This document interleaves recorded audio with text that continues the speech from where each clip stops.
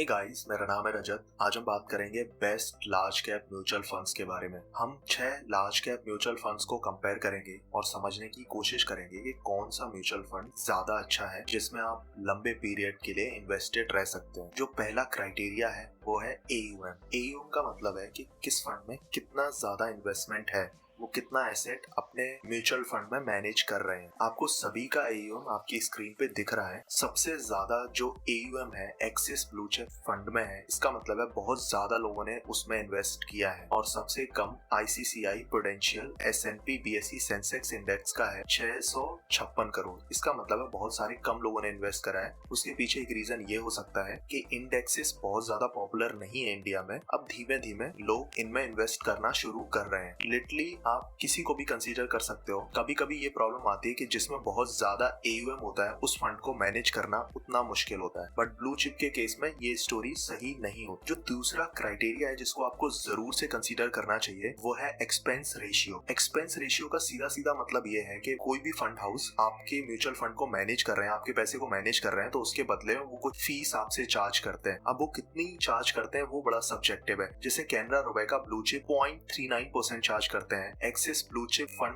में जो expense ratio है वो 0.40% है। कोटक ब्लू चिप फंड 0.62% है। और जो आपके सेंसेक्स फंड है ICICI वाला उसका 0.59% है। HDFC इंडेक्स का आपका 0.51% है। एंड UTI निफ्टी 50 इंडेक्स का 0.87% है। अभी कैनरा रुपए का और एक्सिस ब्लू चिप का जो एक्सपेंस रेशियो काफी अच्छा है, इनको आप जरूर से कंसीडर कर सकते हैं। कोटक का स्लाइटली एक्सपेंसिव है।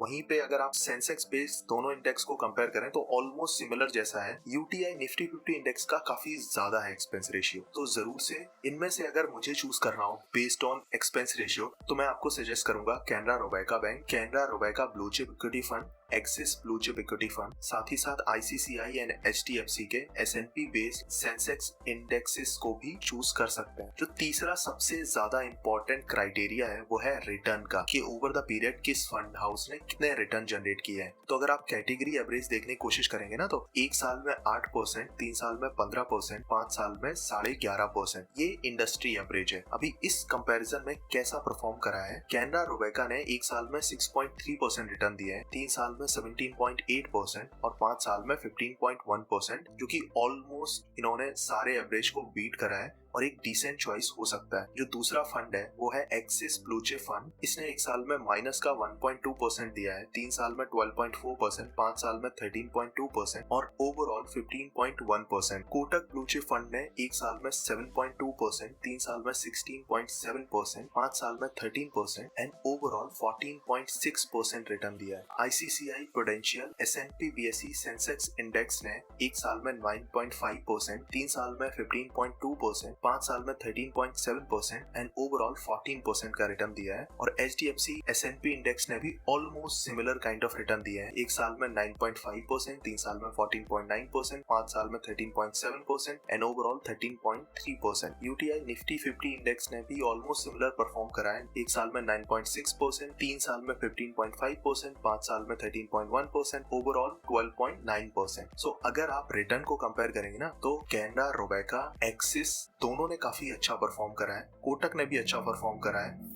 दोनों ही Sensex indexes ICICI and HDFC दोनों ने अच्छा परफॉर्म करा है। ऑन एवरेज 13% का रिटर्न आपको निकाल के दिया ही दिया है। UTI निफ्टी 50 ने स्लाइटली अंडर परफॉर्म करा है। जो चौथी क्राइटेरिया है वो है इक्विटी एलोकेशन, कि किस सेक्टर में कितना एलोकेशन है। अभी यहाँ पे एक चीज को ध्यान रखिएगा, क्योंकि ये सेंसेक्स इंडेक्सेस हैं वो आपके सेंसेक्स या फिर निफ्टी बेस्ड होते हैं, तो उसमें एलोकेशन ऑलमोस्ट सिमिलर आपको मिलेगा, वो जस्ट रेप्लिकेट करते हैं। वहीं पे अगर आप large cap blue chip fund की बात करते हैं ना तो ये एलोकेशन अपने हिसाब से मैनेज करते हैं। तो अगर आप एलोकेशन देखें ना तो मुझे सबसे अच्छा एलोकेशन कैनरा रुपए का एंड एक्सिस ब्लू चिप का लगा। उसके पीछे का रीजन ये है कि इन दोनों में तकरीबन 38% का फाइनेंशियल में एलोकेशन है। साथ ही साथ इन लोगों ने टेक्नोलॉजी फंड में भी 11 to 13% के करीब इन्वेस्ट किया है, जो कि काफी अच्छी चीज है। और जो सबसे ज्यादा लोग इग्नोर करते हैं वो क्राइटेरिया है अल्फा बीटा। अल्फा बीटा को आप समझने के लिए ऐसे समझिए कि अल्फा का मतलब है आपका निफ्टी कितना परफॉर्म करा और उसके कंपैरिजन में आपका स्टॉक कितने गुना बढ़ा या कितना अच्छा परफॉर्म करा, वो